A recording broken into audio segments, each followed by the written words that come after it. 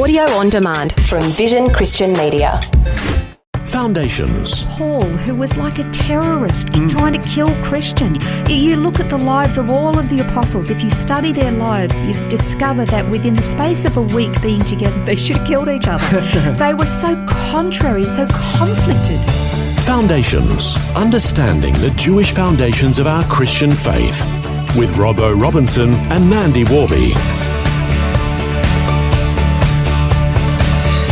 We often read the Bible and learn about the heroes mentioned there, but really most of the men in the Bible were anything but heroes. Many of them did dreadful things. The Bible really does show humanity in its highs and its lows, and we sometimes wonder, how could God use such people?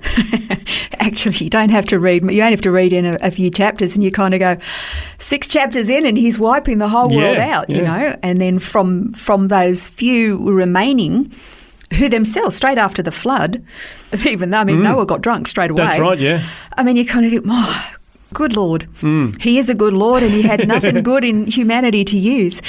Genesis is really quite a stretch to your brain to understand these people that God used, and they did some appalling things.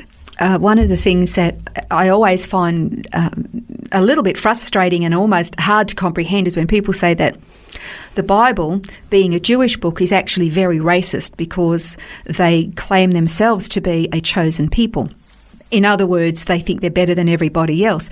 But the Bible explicitly goes on to detail every sin and failing and every condemnation, every grievance and every warning and judgment that God brought onto them. So if it's a racist book, they've done a really bad job of presenting themselves as a holy people. Yeah. They're holy and select because God decided to do that, certainly not because they deserved it.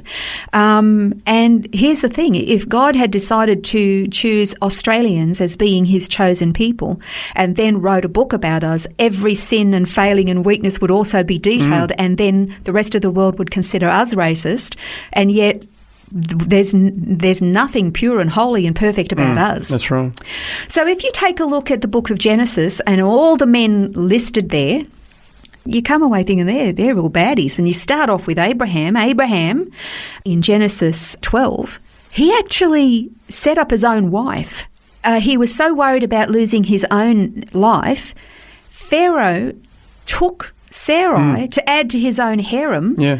And Abraham was quite happy to just palm her off as his sister. Yep. And then and lied about it. and he actually even justified it, said, well, she is my wife, but she is actually my half-sister.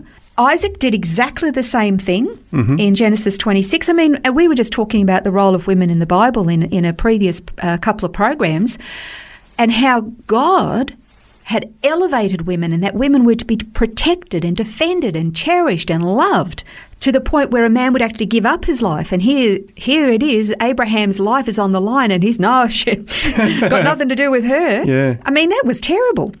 Jacob was a multi-offending deceiver, and his 2 sons, Simeon and Levi, they actually, as an act of revenge when their sister Dinah was raped, and then the offender wanted to actually marry her, says to the whole city of Shechem at the time that, you can only marry if all the guys get circumcised. So they did, and then while they're all in pain recovering, Simeon and Levi went in and slaughtered the whole town. Yeah.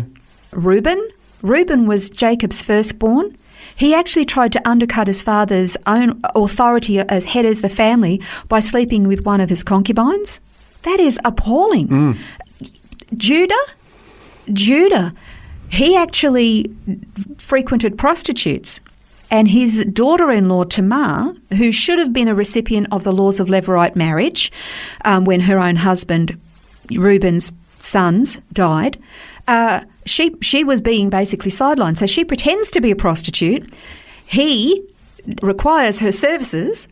She gets pregnant, and he's so indignant that she's prostituted herself, he wants to kill her and burn her, until he realises that he's actually the one who got her in that condition, and realises, she's not so bad after all. Yeah. You look at these people in the Bible and you kind of go, how could God use these people?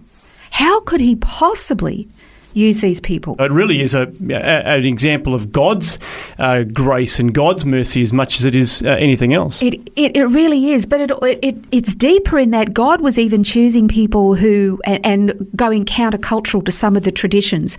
Like, who was supposed to be Jacob's heir? His firstborn, which was Reuben. But it turns out Reuben got sidetracked and missed, and then so did Simeon and Levi, who were next in line.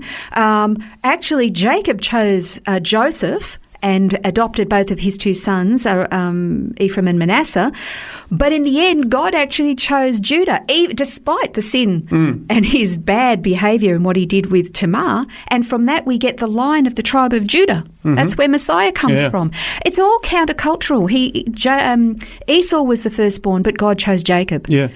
And when you look at the example, and this is a really good example, God initially chose Saul to be king over Israel because he looked the part and he knew the people would be pleased with that. But Saul was flawed on the inside terribly.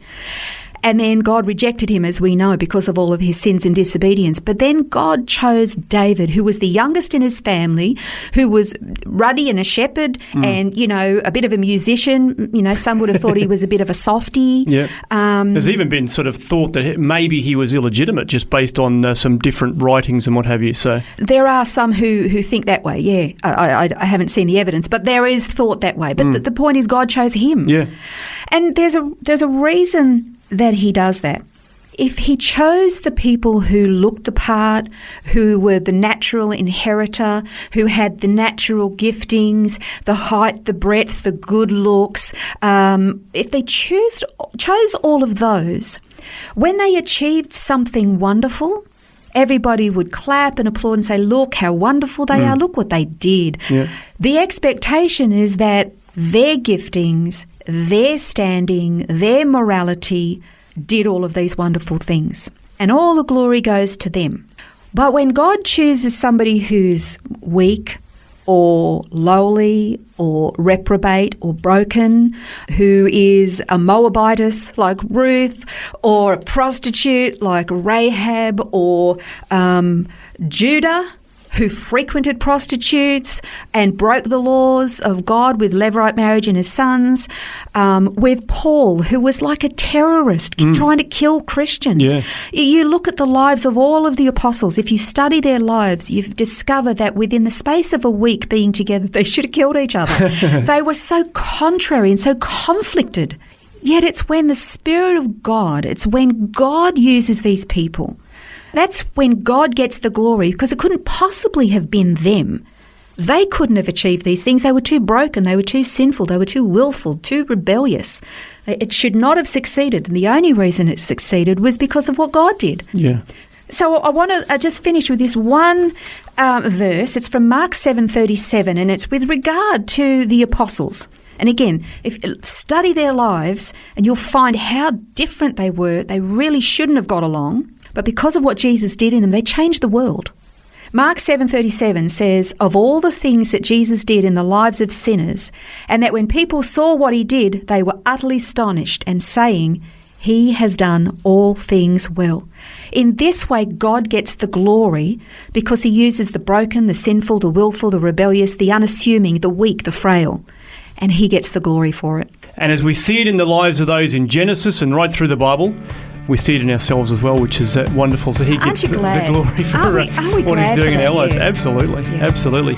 Next time on Foundations, we're going to look at what prayer looks like from a Jewish perspective. That's next time on Foundations.